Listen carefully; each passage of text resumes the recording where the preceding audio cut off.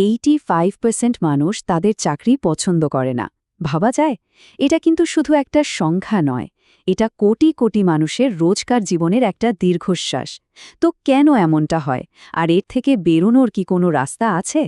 চলুন আজ এই ব্যাপারটাই একটু তলিয়ে দেখা যাক।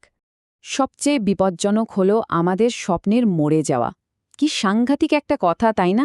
এটা ঠিক সেই অনুভূতিটার কথা বলে যখন সকালের অ্যালার্মটাকে শত্রু মনে হয় আর গোটা জীবনটাকেই একটা অর্থহীন রুটিন বলে মনে হতে থাকে, যেখানে নিজের স্বপ্নের আর কোনো জায়গাই নেই। চলুন একজনের সাথে পরিচয় করা যাক। এ হলো অমিত। বাইরে থেকে দেখলে ওর জীবনটা একদম পারফেক্ট, ভালো চাকরি, দারুণ মাইনে, কিন্তু ভেতরে ভেতরে ও একদম ফাঁকা। একটা অদ্ভুত অসার অনুভূতি কাজ করে। এই অনুভূতিটা কি একটু চেনা চেনা লাগছে? অমিতের এই গল্পটা কিন্তু কোনো বিচ্ছিন্ন ঘটনা নয়। এই যে গ্যালাপের একটা সার্ভে দেখুন, কি বলছে এটা? দক্ষিণ এশিয়াতে মাত্র 21% মানুষ তাদের কাজের সাথে মন থেকে যুক্ত। মানে সোজা কথায় বাকি প্রায় 80% মানুষই এমন একটা কাজ করছে যার প্রতি তাদের কোনো টানই নেই। এটা তো একটা গ্লোবাল এপিডেমিক বললেও ভুল হবে না। হ্যাঁ, এটা আসলেই একটা অসুখী থাকার মহামারী। এটা আর শুধু ব্যক্তিগত পর্যায়ে নেই, এটা এখন একটা সামাজিক সমস্যা হয়ে দাঁড়িয়েছে। তো এর সমাধান কি? আমাদের প্রায়ই একটাই বুদ্ধি দেওয়া হয়, তাই না? যে ফলো ইয়োর প্যাশন। কিন্তু কি হবে যদি বলি এই পরামর্শটাই আসলে সমস্যা গোড়ায় জল ঢালছে? চলুন এই বিখ্যাত প্যাশন মিথটাকে একটু ভেঙে চুরে দেখা যাক। স্ট্যানফোর্ড ইউনিভার্সিটির একটা গবেষণা খুব মজার একটা জিনিস সামনে এনেছে। দেখুন, দুটো মানসিকতা হয়। একটা হলো ফিক্সড মাইন্ডসেট। এদের ধারণা প্যাশন হলো গুপ্তধনের মতো, একদিন ঠিক খুঁজে পাওয়া যাবে। আর এই খোঁজার চক্করেই এরা হাত পা গুটিয়ে বসে থাকে। অন্যদিকে আছে গ্রোথ মাইন্ডসেট। এরা বিশ্বাস করে প্যাশন আসলে একটা চারা গাছের মতো, একে যত্ন করে সময় দিয়ে একটু একটু করে বড় করে তুলতে হয়। তার মানে আসল ফর্মুলাটা কি দাঁড়ালো? প্যাশন খুঁজতে যেও না, প্যাশন তৈরি করো। কিভাবে?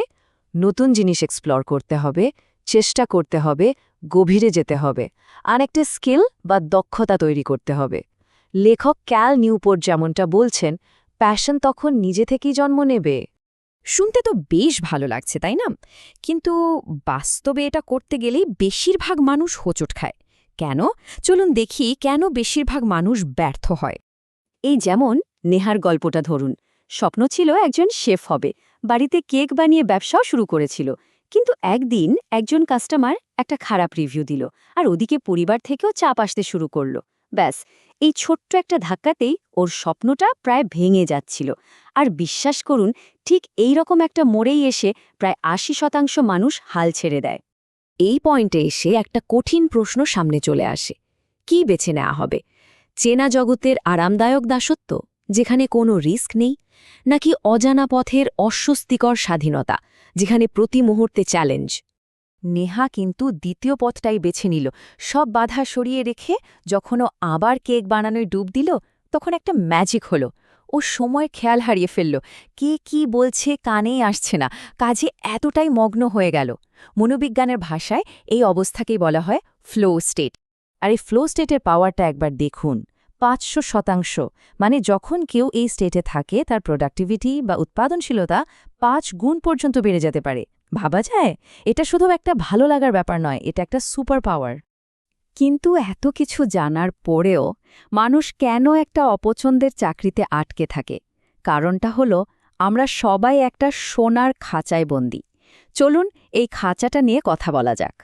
সমস্যার শুরুটা হয় একেবারে ছোটবেলায়। জানেন কি, পৃথিবীতে 12,000-এরও বেশি ধরনের স্বীকৃত ক্যারিয়ার আছে, অথচ আমাদের দেশের একজন ছাত্র গড়ে মাত্র 10-15টা সম্পর্কে জানে।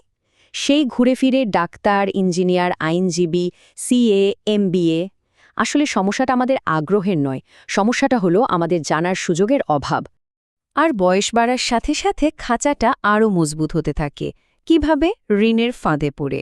এই টাইমলাইনটা দেখুন।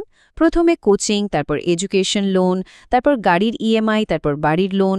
এই ইএমআই এর বোঝাটাই হলো সেই সোনার খাঁচার দেওয়াল, যা ভাঙা প্রায় অসম্ভব হয়ে পড়ে।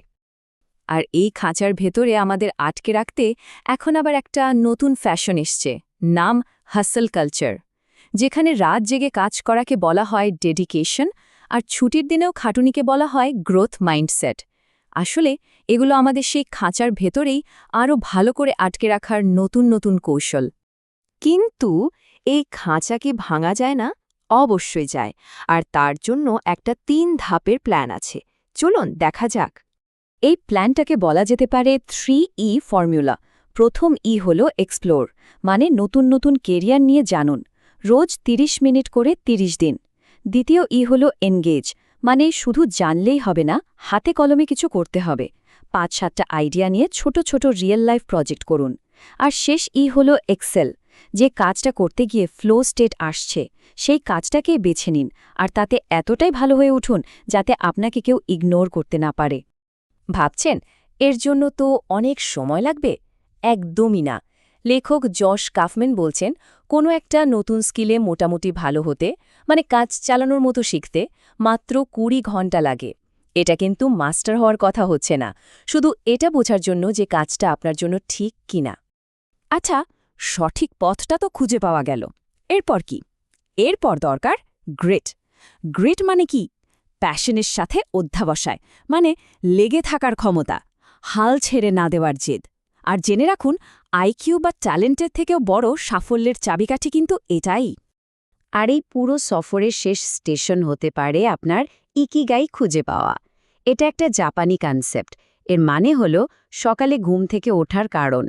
ভাবুন তো, এমন একটা কাজ যা আপনি ভালোবাসেন, যেটা আপনি ভালো পারেন, যেটা পৃথিবীর কাজেও লাগে, আবার তার জন্য আপনি টাকাও পান। এই ৪টি জিনিস যখন এক জায়গায় মেলে, তখনই ইকিগাই খুঁজে পাওয়া যায়। কিন্তু মাথায় তো অনেক কিন্তু ঘুরছে, তাই না? যেমন, আমার তো অনেক বয়স হয়ে গেছে। জানেন কি, ক্যারিয়ার বদলানোর গড় বয়স হল 39। কিংবা বাবা মা রাজি হবেন না। আরে অনুমতি চাইবেন কেন? কাজ করে রেজাল্ট দেখান। টাকা নেই। এমন অনেক প্যাশন আছে যা প্রায় কোনো খরচ ছাড়াই শুরু করা যায়। আসলে এগুলো অজুহাত। তো সবটা শোনার পর একটাই প্রশ্ন, প্রথম কোন জিনিসটা আপনি এক্সপ্লোর করতে চান? কোন ছোট পদক্ষেপটা নেবেন? স্বপ্নের মৃত্যু হতে দেবেন না। শুরুটা না হয় আজ থেকেই হোক, খুব ছোট করে।